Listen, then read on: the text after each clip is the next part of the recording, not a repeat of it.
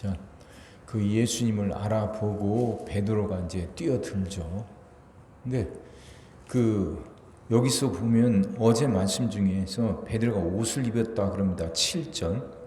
예수께서 사랑하시는 그 제자가 베드로에게 이르되 주님이시다 하니 시몬 베드로가 벗고 있다가 주님이라 하는 말을 듣고 겉옷을 두른 후에 바다로 뛰어내리더라. 그래요. 일하다 보니까 이제 우통 벗고 일을 했겠죠. 근데 이제 예수님 만나러 가는데 우통 벗은 채 갈 수가 없잖아요. 겉옷을 두르고 옷을 입고 그렇게 예수님께 나갔다 그 말입니다. 예의죠, 예의. 제자가 스승을 만나는 거예요. 그러면 예의를 갖춰야죠. 한참 일을 했습니다. 일을 하다가 반가운 마음에 그냥 뛰어들어와서 예수님이 찾을 수도 있지만 베드로는 그렇지 않아요. 예의를 갖춰요. 성경에도 그런 내용들이 있습니다. 그러니까 사람들 사이에 예의가 참 중요한 거죠. 격식이 아니고 형식이 아니라 서로에 대한 예우죠. 서로를 존중하는 것이고 서로를 배려하는 거죠. 그러니까 베드로는 일하다가도 예수님을 보니까 옷을 입고 뛰어 들어갑니다. 그물을 끄집어 올려야 돼요. 그물이 찢어질 만큼 고기가 많이 잡혔으니까 힘 써야 될 거 아닙니까? 그러니까 우통 벗고 힘을 썼어요. 이제 그거 다 끝나고 나서면 지쳤을 텐데 그냥 가도 될 텐데 그렇게 옷을 입거든요. 사람들 사이의 관계가 그렇죠. 예의가 필요한 겁니다. 자, 그렇게 예수님께 갔더니 예수님이 숯불을 피워놓고 계셔요. 그 숯불이라고 하는 게 음식점에서 고기 구울 때 쓰는 그런 숯불은 아니겠죠. 사람들이 이제 추울 때 그 추위를 쫓아내려고 피우는 그런 불, 화토불 뭐 그 정도였을 겁니다. 근데 그 불이 베드로에게 어떤 불인지 한번 생각해 보세요. 베드로는 예수님을 위해서 목숨을 내놓겠다고 다들 다 떠날지라도 난 목숨이라도 내놓으라고 큰 소리 칩니다. 그건 아마 진심이었을 거예요. 그냥 허풍이 아니라 베드로는 그게 진심이었을 거예요. 끝까지 예수님 곁에 남아 있겠다 다짐했을 겁니다. 근데 그 가야바의 집에 갔을 때 그 다짐이 그냥 사라져버리고 흩어져 버리고 모든 것이 다 꼬여버리죠. 불을 피워놔서 그 불 옆에 와서 이제 이렇게 불을 쬐고 있는데 사람들이 물어보죠. 너도 예수님의 한패 아니냐고. 3번이나 부인합니다. 그러니까 그 베드로가 예수님을 부인했던 자리가 바로 그 숯불이에요. 화토불이에요. 화토불 옆에서 예수를 모른다고 3번이나 부인했습니다. 그러니 베드로가 그게 사라질 리가 없죠. 그 기억을 잊을 수가 없죠. 다른 복음서에서는 3번째 부인하는 동안 부인할 때 예수님과 눈이 마주쳤다 그러죠. 그리고 닭이 울죠. 베드로는 그게 씻을 수 없는 상처였을 거예요. 정말로 진심으로 예수님과 끝까지 함께 하려고 했는데 자기도 모르게 인간의 연약함 때문에 예수님을 모른다고 3번이나 부인해요. 그리고 자기가 예수님을 부인한 것을 예수님도 아셔. 눈이 마주쳤거든요. 그 상처. 그러니까 부활하신 예수님을 만나도 그 상처가 사라지지 않는 거예요. 그냥 요술봉처럼 사라져라 뿅 한다고 사라질 수 있는 게 아니죠. 부활하신 예수님을 만나니까 그 상처가 더 새롭게 느껴지고 그게 기억이 더 분명해진 거죠.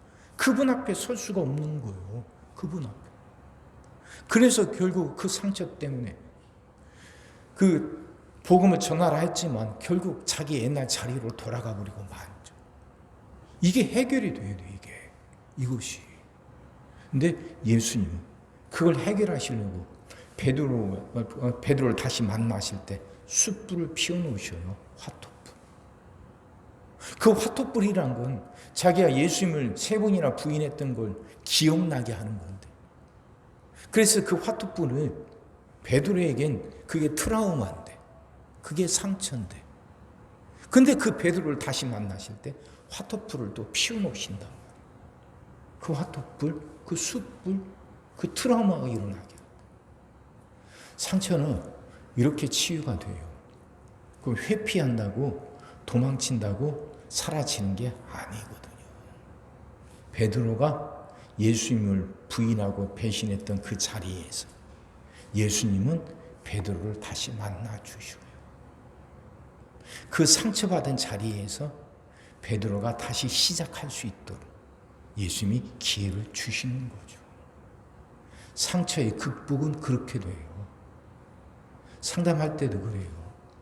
그 상처를 외면해서는, 모른 척해서는 절대로 그 상처가 치유되지 않아요. 그 상처가 있던 그 자리에서 그걸 다루면서 거기서부터 진정한 치유가 일어나고 극복이 일어나는 거죠. 예수님이 그렇게 베드로를 치유하십니다. 내일 이제 또 보겠지만 3번 모른다고 부인했으니까 예수님이 또 3번 질문하시죠. 상처는 피한다고 되는 게 아니에요. 그 자리에서, 상처 입은 그 자리에서 치유가 일어나야 되는 거죠. 자, 그리고 그렇게 이제 예수님을 발견하고 뛰어들어왔더니 숯불에 예수님이 떡과 생선을 굽고 계셨습니다. 9절, 육지에 올라와 보니 숯불이 있는데 그 위에 생선이 놓였고 떡도 있더라. 예수께서 이르시되 지금 잡은 생선을 좀 가져오라 하시니, 이러신단 말이에요. 그러니까 지금 예수님 그 제자들을 맞이하기 위해서 지금 준비하고 계신 거예요. 미리 떡을 구웠고 생선을 구웠고, 이제 제자들이 가져온 생선을 그때서 구워서 먹은 게 아니에요. 제자들이 올라오기 전에 예수님이 미리 준비해 놓고 계셨어요. 제자들이 먹을 생선을 이미 준비하고 계셨고, 이제 새로 잡았은 게 좀 더 가져오라 하신 거죠. 자, 이게 무슨 의미냐면, 하나님은요, 주님은 우리가 뭔가를 해야만 그 일을 하시는 분이 아니란 말이에요. 무슨 말이냐면, 보통 우리 예수님한테는 손이 없으니까 우리가 뭔가를 하고, 우리가 예수님의 손이 돼서 우리가 뭔가를 하고, 그래서 내가 이렇게 준비를 하고 내가 이렇게 일을 해야 하나님의 일이 된다고 생각하는데 천만의 말씀이에요. 그건 교만한 거예요. 내가 일하지 않아도 하나님 일하셔요. 내가 안 하면 안 된다는 생각들, 그건 정말 큰 교만이에요. 내가 일하지 않아도 하나님 일을 하셔요. 하나님은 어떤 방법, 누구를 통해서도 하나님은 그 하나님의 일을 반드시 해내고 마셔요. 그러니까 나는 그 하나님께 쓰임받는 것이고, 그 하나님의 일에 내가 동참하는 거지. 하나님이 일하시지 않고 손이 없으니까 내가 나서서 먼저 일을 하고, 그래서 내가 끌어가야 되고 내가 뭐를 해야 되만 반드시 하나님의 일이 되는 거 아니에요. 그래서 교만을 조심해야 돼요. 하나님의 일을 하는 거 참 중요합니다. 그 하나님 기뻐하셔요. 근데 그 일 하면서 우리 속에 그 어리석은 생각들이 든단 말이에요. 내가 안 하면 안 돼. 나만 해야 돼. 내가 해야 된다는 생각. 아니에요. 하나님이 먼저 하셔요. 그러니까 난 거기에 하나님이 하시는 일에 나는 거두는 것이고 동참하는 거예요. 그래야 내가 하는 일에 의미가 있고, 그래야 거기에 상급이 있어요. 예수님이 제자들이 올 때 먼저 준비해 놓고 계셔요. 떡도 생선도 준비해 놓고 다 구워서 먹을 수 있도록 기다리고 계시죠. 그 다음에서 제자들이 잡은 생선을 거기에 덧붙인 거예요. 우리 그건 하나님이 어떻게 일하시는지 이제 분명히 깨닫고 그 가슴에 품고 살아갑시다. 만약 우리가 정말 하는 일이 하나님의 일이라면 그 일에 최선을 다해야죠. 기쁨으로 충성을 다해야죠. 하지만 그렇다고 해서 하나님의 일이 우리한테 달린 건 아니에요. 하나님의 일이 우리가 하느냐 안 하냐에 따라서 성공과 실패가 결정되는 것 아니에요. 하나님의 일은 하나님이 해 나가시는 거예요. 그럼 거기에 나는 동참하는 거죠. 그러니 겸손한 마음으로 그 일에 최선을 다하는 거예요. 그럴 때 내가 하는 일이 의미를 갖고 보람이 있고 그래서 하나님께 상급받게 되는 겁니다. 말씀이 이해가 되기를 바랍니다. 상처는 피하는 게 아니에요.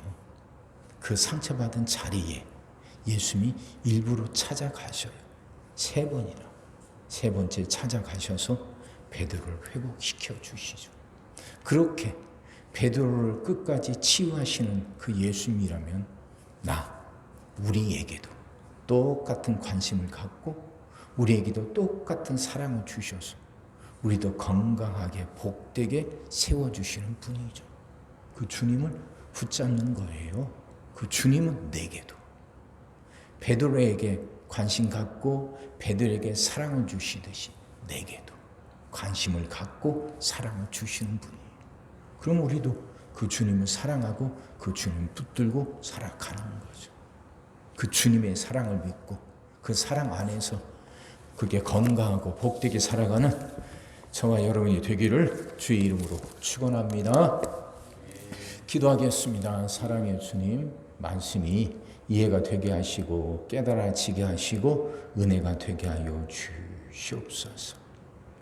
배신하고 예수님을 모른다고 외면했던 베드로, 너희는 네가 그렇게 큰 소리 치더만 그거밖에 안 되느냐, 나무라지 않고 외면하지 않으시고 3번이나 찾아가셔서 끝내 그 베드로를 일으켜 세우시고 건강하게 회복시킬 수 있는 그 주님을 하나님 우리도 알게 하시고 주님의 그 사랑을 우리도 깨닫고 그 사랑 안에 살아가게 하여 주옵소서.